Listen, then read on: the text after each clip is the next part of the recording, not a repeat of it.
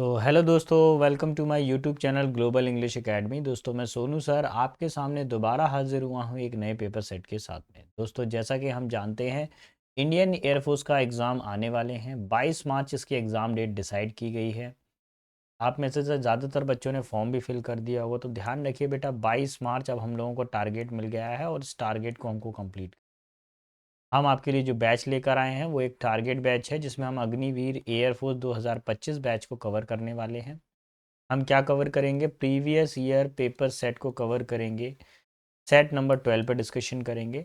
देखिए, एक चीज़ मैं आपको याद दिला दूँ, रोज़ाना रात को 9 बजे, डेली रात को 9 बजे हम आपके लिए इंडियन एयरफोर्स का एक पेपर सेट अपलोड करते हैं, जो बिल्कुल एग्ज़ाम ओरिएंटेड होता है, जो बिल्कुल ओरिजिनल पेपर ही होता है एग्ज़ाम का। जैसा क्वेश्चन आया है पेपर के अंदर, वैसे ही क्वेश्चन हम आपको पुट करते हैं। मैं अपने वीडियोस के अंदर लंबी चौड़ी बातें नहीं करता हूं, मैं सिर्फ अप टू द मार्क केवल स्टडी से रिलेटेड ही बात करता हूं। और बिना समय गवाए हम अपने वीडियो को शुरू करते हैं। ये रहा क्वेश्चन नंबर। देखिए क्या दिया हुआ। अच्छा, यहाँ पे थोड़ा डेट को देखिए, मेंशन करेंगे 13 जुलाई 2021 और शिफ्ट 1 है हमारे। वर्ड हमें बताना है, नाउन फॉर्म बतानी है बेटा। क्या बतानी है? Noun form.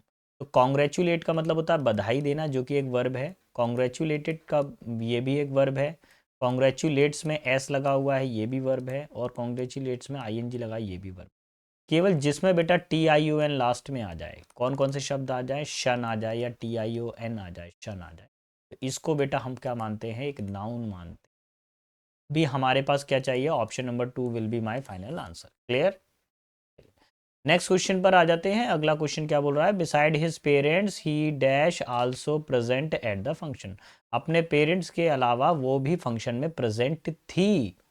तो थी के सेंस के लिए क्या आएगा? था। तो ही वाज ना।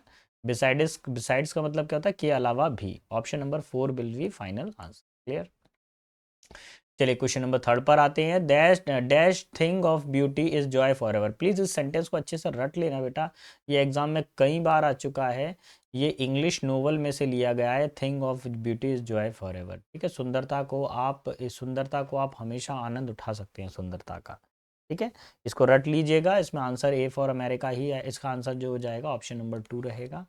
और इसका एक तरीका और है, अगर आ से लेके अंघा तक आता है तो आप यूज़ करते हैं एन का। वहीं पर अगर का से लेके ज्ञा तक आता है तब आप यूज़ करते हैं ए का। तो यहाँ पे देखिए, थिंग में था की आवाज़ आ रही है। थिंग में किसकी आवाज़ आ रही है? था की आवाज़ आ रही है, इसलिए आप किसका यूज़ करोगे? ए का यूज़ करेंगे। क्लियर? चलिए, लेट्स सी क्वेश्चन नंबर 4। क्या बोल रहा है? An accident which results in death. ऐसा एक्सीडेंट जिससे क्या हो? मृत्यु हो। जिससे मृत्यु हो यानी कि प्राण घातक हो, हमारे लिए बहुत ज़्यादा नुकसानदायक हो। फैटल का मतलब क्या हो गया? प्राण घातक। क्या हो गया? ये प्राण घातक हो गया। डेंजरस का मतलब क्या होता है? कि कोई चीज़ का बहुत ज़्यादा खतरनाक हो, ऑफुल हो, खतरनाक, ऑफुल भी कह सकते हैं। टेरिबल का मतलब क्या होता है? सभी को मालूम है, टेरिबल का मतलब परेशानी होती है ना।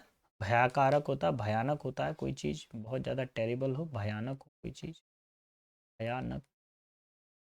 इंजीरियस का मतलब क्या होता है? हानिकारक। अभी हमको आंसर क्या करना है वो ध्यान से देखिए। An accident that result in death that is called fatal. Fatal का मतलब होता है प्राण घातक। Option number 1। चल आ जाइए क्वेश्चन नंबर 5 पर आ जाइए। 5 क्या बोल रहा है? ही विल नेवर पास। वह कभी भी पास नहीं होगी। डैश हार्ड ही में ट्राई, चाहे वह कितनी भी कोशिश करे। तो यहाँ पर जो वर्ड है वो किसका यूज़ किया जाएगा? How ever. हाउ एवर का मतलब क्या होता है? चाहे कितनी भी कोशिश करे। नेवर कभी भी नहीं, कभी भी नहीं। वट एवर जो कुछ भी, जो कुछ भी। और वेन एवर जब कभी भी, जब कभी भी। क्लियर बेटा? तो अभी मेरा आंसर क्या हो जाएगा यहाँ पर? हाउ एवर, चाहे वो कितना भी प्रयास कर ले। Option number 1 will be final answer. लेकिन नंबर 6 पर आइए बेटा। प्लूरल फॉर्म बताना है और बहुत इजी क्वेश्चन आ गया है हमारे पास में। हीरो, हीरो का प्लूरल फॉर्म क्या होता है बता दीजिए। Option number 2। 99% स्टूडेंट का ये करेक्ट रहा होगा। Option number 2 will be final answer. चलिए क्वेश्चन नंबर 7 पर आते हैं। ये भी बेटा एक कहावत है, बार्किंग डॉग सेल्डम बाइट्स। भोंक, जो गरजते हैं वो बरसते नहीं है, जो भोंकते हैं वो काटते नहीं है। तो ये यहाँ पे सेल्डम का मतलब क्या होता है? कभी कभार। सेल्डम का मतलब क्या होता है? कभी कभार। ठीक है, रेगुलरली का मतलब होता है निरंतर, रेयरली का मतलब भी कभी कभार होता है, ठीक है, और यहाँ पे फ्रीक्वेंटली मतलब अक्सर होने वाली कोई घटना। तो option number third will be final answer. आप रट लीजिएगा ये वाले क्वेश्चन को। तो ये जो है एक कहावत है, बार्किंग डॉग सेल्डम बाइट, ठीक है, जो भौंकते हैं वो काटते नहीं है, जो गरजते हैं वो बरसते नहीं है। अब अगला हमारे पास में जो लेटर है उसमें क्या बताना है, आपको एंटोनिम बताना है। वर्ड है मेरे पास में कंजिक्यूटिव। कंजिक्यूटिव का मतलब होता है लगातार, कोई काम कैसा चल रहा हो, कंटिन्यू चल रहा हो, लगातार हो। अच्छा, डिसकंटिन्यूस का मतलब क्या होता है, जो क्या काम रुक रुक के चल रहा हो, यानी कि इरेगुलर हो, यानी कंटिन्यूस ना चल रहा हो, इरेगुलर, ठीक है। सक्सेसिव का मतलब क्या होता है, क्रमिक, यानी कि जो भी काम किस में चल रहा हो, क्रम से चल रहा हो, एक के बाद चल रहा हो, यानी कि आप कह सकते हैं एक क्रम में चल रहा है, इन ऑर्डर, क्लियर। फॉलोइंग का मतलब क्या होता है कि निम्नलिखित, मतलब ना फॉलोइंग एग्जाम्पल, निम्नलिखित मतलब इसको फॉलो करेंगे, इसके बाद में ये आएगा, इसके बाद में एक। सक्सीडिंग का मतलब क्या होता है, सफल होना। तो अभी मेरे पास क्या आंसर चाहिए, मुझे एंटोनिम बताना है। कंसेक्यूटिव का मतलब होता है लगातार, और डिसकंटिन्यूस का मतलब क्या है, कोई काम लगातार ना हो, रुक रुक कर हो रहा हो। Option number A will be final, clear. अब अगले लेटर पर आइए। अगला लेटर क्या बोल रहा है, बैरन। हमको बताना है मोस्ट सिमिलर, यानी कि सिनोनियम बताना है आपको। बैरन का मतलब होता है बंजर, क्या होता है, बंजर भूमि। इनफर्टाइल का मतलब भी क्या होता है, बंजर होता है। बोल्ड का मतलब होता है साहसिक, साहसिक। बोल्ड का मतलब क्या होता है, साहसिक। वार्षिक का मतलब क्या होता है, जो निडर हो, यानी वेली बहादुर हो, है ना, जो डरता नहीं हो, फियरलेस, नियर निडर हो। बाइट बिट का मतलब क्या होता है, यहाँ पर रहना होता है, किसी जगह पे निवास करना भी होता है, रह। अभी हम लोगों को क्या करना पड़ेगा, यहाँ पर बैरन पूछा गया है, इसका मतलब बंजर होता है, तो आंसर हो जाएगा infertile. Option number A will be final answer. चलिए नंबर 10 पर आइए। 10 में हमको क्या बताना है, 10 में बेटा आपको एक्टिव टू पैसिव वॉइस बताना है। और एक्टिव टू पैसिव वॉइस बताने के लिए आपके सामने एक स्ट्रक्चर में ड्रॉ कर रहा हूँ, इसका ध्यान रखिए। ए फॉर एक्टिव वॉइस, पहले सब्जेक्ट आएगा, फिर आएगा वाज या वर, देन आएगी वर्ब की फोर्थ फॉर्म प्लस ऑब्जेक्ट, ठीक है। इसको सॉल्व कैसे करेंगे, पहले आपके पास में क्या आ जाएगा, ऑब्जेक्ट आ जाएगा, फिर क्या आ जाएगा, वाज या वर आ जाएगा, ठीक है, और फिर उसके बाद में क्या आ जाएगा, बीइंग। बीइंग के बाद में हम किसका यूज़ करेंगे, वर्ब की थर्ड फॉर्म आ जाएगा, और देन आ जाएगा सब। अब जब इसको सॉल्व करेंगे तो सबसे पहले ये रहा सब्जेक्ट, ये रही वर्ब की फोर्थ फॉर्म, और ये रहा हमारे पास में। मुझे सबसे पहला ऑब्जेक्ट चाहिए, माई शूज़, माई शूज़, माई शूज़। अच्छा, वा वर शूज़ क्योंकि प्लूरल होगा, तो प्लूरल है तो वर आना चाहिए, वर आना चाहिए। यहाँ पे वाज आ रहा है जो कि गलत है। यहाँ पे विल बी आ रहा है फोर्थ ऑप्शन में, ये भी गलत है। अब ऑप्शन 1 और 3 चेक करना पड़ेगा। वर, वर के बाद में चाहिए बीइंग, बीइंग आ रहा है, और थर्ड वाले में बीइंग नहीं आ रहा है जो कि गलत हो गया। केवल पहला वाला ही है जो सारे के सारे ऑप्शन को मैच कर रहा है। एक बार आप मैच कर लीजिएगा, फिर भी कोई डाउट हो तो आप मुझे कमेंट बॉक्स में पूछ सकते हैं। देखिए बेटा, मेरी स्पीड थोड़ा सा तेज़ रहती है, मैं जानबूझ के थोड़ा सा फास्ट पढ़ाता हूँ, क्योंकि मुझे मालूम है एग्जाम के अंदर एक एक सेकंड की क्या क्या कीमत होती है। लास्ट मिनट बेटा बहुत खतरनाक गुजरता है, मैं भी इस चीज़ से सफ़र कर चुका हूँ, इसलिए मुझे मालूम है एक एक मिनट की क्या क्या कीमत होती है एग्ज़ाम के अंदर, ना। एक नंबर से जब आप लौट कर आते हैं ना एग्ज़ाम में से 1 मार्क्स से, तब आपको पता चलता है कि 365 डेज फिर वेट करना है। 6 महीने बाद में एग्ज़ाम होगा, यानी वो 1 मार्क्स की जो कमी है ना, वो 6 महीने का वेट कराती है आपको। तो 6 महीने में पता नहीं क्या क्या हो जाता है, 6 मिनट में पता नहीं क्या क्या हो जाता है, मैं तो 6 महीने तो बड़ी बात। इसलिए बेटा मेरी स्पीड थोड़ा फास्ट रहती है। अगर आपको मेरा पढ़ाना पसंद आ रहा हो, आपको लग रहा हो सर हमारे लिए मेहनत कर रहे हैं, आपको लग रहा हो कि सर हमारे लिए केवल कट टू कट वही पढ़ा रहे हैं जो डिमांडिंग है, सर सिर्फ उसी चीज़ पे डिस्कशन कर रहे हैं जो हमारा एग्ज़ाम डिमांड करता है, तो प्लीज़ मेरे चैनल को लाइक शेयर सब्सक्राइब करना ना भूलिएगा। एक बार मैं देख लेता हूँ कहीं आवाज़ आवाज़ ठीक ठाक आ रही है कि नहीं आ रही है, कि आवाज़ कहीं गड़बड़ तो नहीं हो गई। हेलो, हाँ आवाज़ आई थिंक क्लियर आ रही है आप लोगों को, ठीक है। ये थोड़ा सा क्या ना साउंड का प्रॉब्लम आ। चलिए अब हम आ जाते हैं, क्वेश्चन नंबर कहाँ तक कर लिया था हम लोगों ने, 11 वाला कर रहे थे, तो 11 पर डिस्कशन कर रहे हैं। 11 में आपको क्या बताना है, करेक्ट स्पेलिंग बतानी है 12th की। तो 12th की बेटा जो करेक्ट स्पेलिंग है, तो 12th की जो करेक्ट स्पेलिंग है, ऑप्शन नंबर 2 सही है। 12th की spelling TWELFT, option number 2 will be final answer. चलिए क्वेश्चन नंबर 12 पर आता हूँ। 12 पे क्या बोल रहा है, किक वंस हील, और ये क्या है, एक बेटा ईडियम एंड फ्रेजेस, एक मुहावरा है, और इसका आपको मीनिंग बताना है। अब इसका मतलब क्या होता है, मतलब खाली समय व्यतीत करना। किक वन सील का मतलब क्या था? खाली समय व्यतीत करना। फाइट का मतलब लड़ाई हो गया, रन अवे भाग जाना। डिसगस्टेड का मतलब परेशान करना। Option number 4 will be final answer. Pass time ideally while having to wait for someone or something, यानी इंतजार करते हुए समय को बिताना, खाली समय को इंतजार करते हुए बिताना। जैसे आप ट्रेन का काफ़ी ज़्यादा वेट कर रहे हैं, ट्रेन आई नहीं है तो वेट कर रहे हैं, तो ये जो स्थिति होती है किक वन हिल्स होती है, इंतजार करना खाली समय बिताते हुए। क्वेश्चन नंबर 13 पर आ जाइए।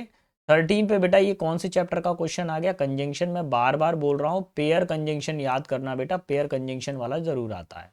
मैं एक स्ट्रक्चर बनाऊंगा, प्लीज पेन एंड कॉपी लेकर बैठा करें मेरी क्लास के अंदर, क्योंकि यही इंपॉर्टेंट क्वेश्चंस है जो आपके एग्जाम में टकराने वाले हैं।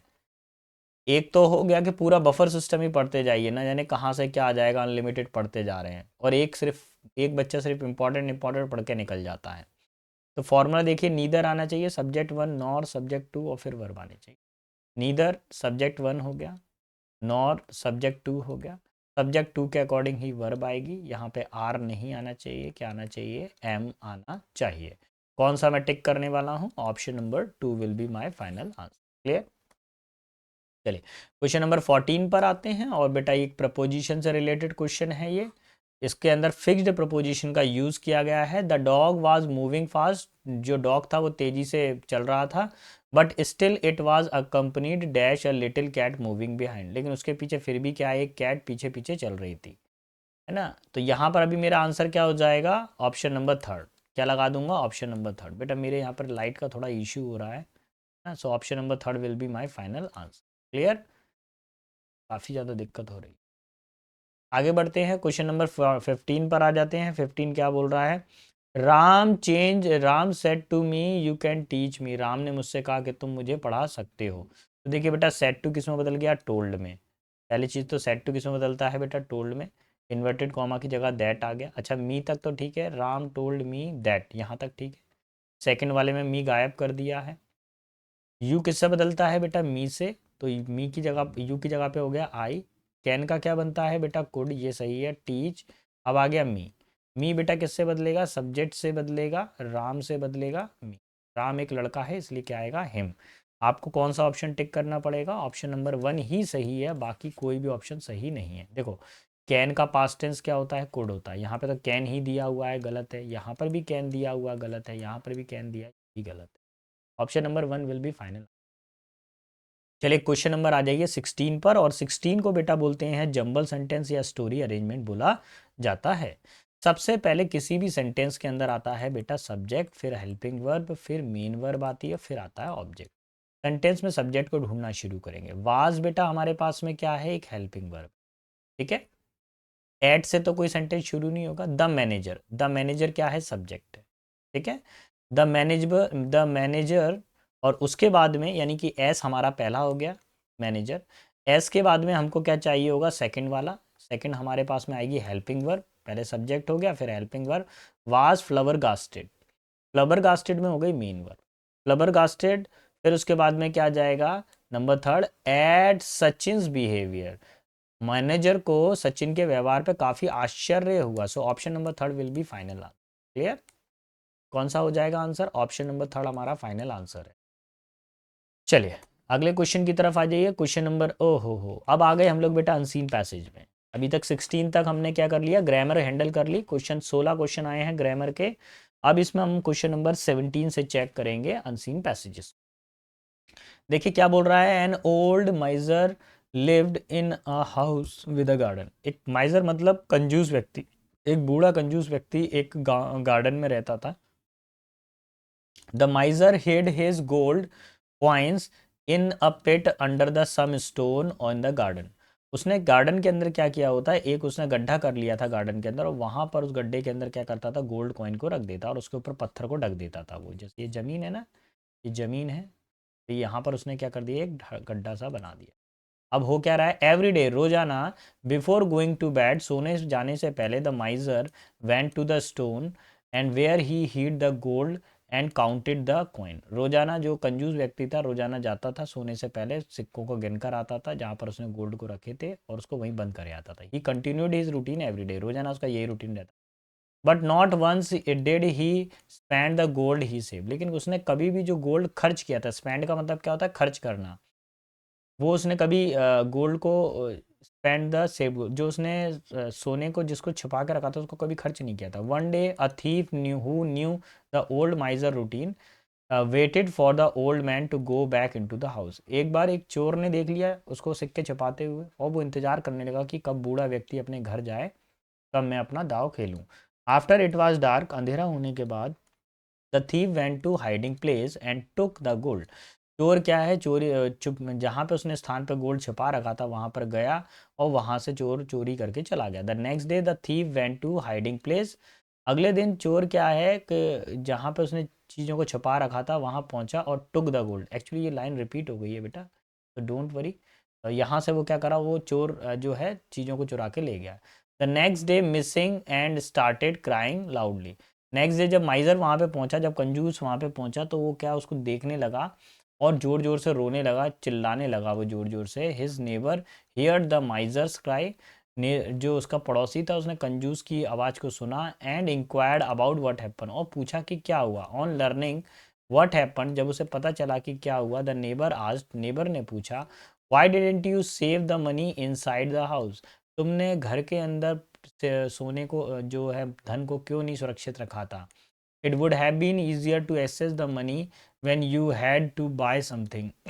Buy, said the miser. Would you been easier to access the money when you had to buy something? Buy, said the miser. Use the gold to buy anything. I was never going to spend it. On hearing this, the neighbor threw a stone into the pit and said, that is the case, save the stone and it was worth as gold as you have lost.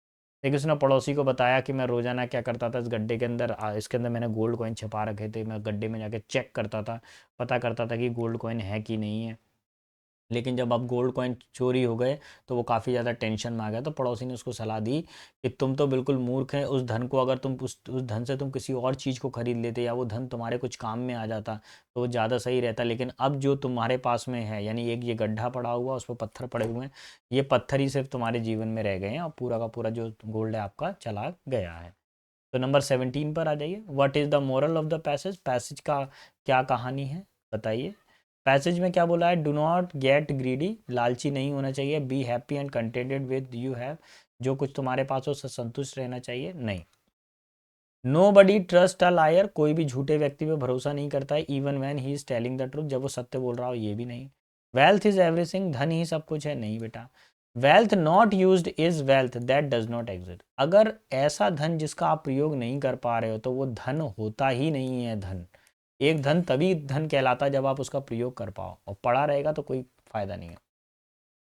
18 पर आ जाइए। 18 क्या बोल रहा है, what did the miser hide under the some stone, उसने कुछ पत्थर के नीचे क्या छिपा रखा था। उसने क्या छिपाया था, आसान सा आंसर है इसका, गोल्ड कॉइन्स को छिपा रखा था उसने, ऑप्शन नंबर 2, सोने की मोहरें छिपा रखी थी। नंबर 19 पर आ जाइए। हु सेड दैट, किसने कहा, हु सेड दीज लाइन, और किसने कहा these line lost. Who said these line, एक मिनट एक मिनट, यहाँ पे ना ये थोड़ा सा गड़बड़ हो गया, ये थोड़ा सा सही से नहीं लिख पाया हूँ मैं। यहाँ पे थोड़ा ओरिजिनल से आपको टैली करके आपको बताता हूँ। यहाँ पे इतनी लाइन क्या है मिस हो गई है बेटा, मेरे से प्रॉपर टाइप नहीं हो पा रही। यहाँ पर हु सेड दिस, उस किसने ये लाइन कही थी, if if that is the case, if that is the case, if that is the case, comma, save the stone, save the stone, it is uh, uh, it uh, it is as worthless, it is as worthless as the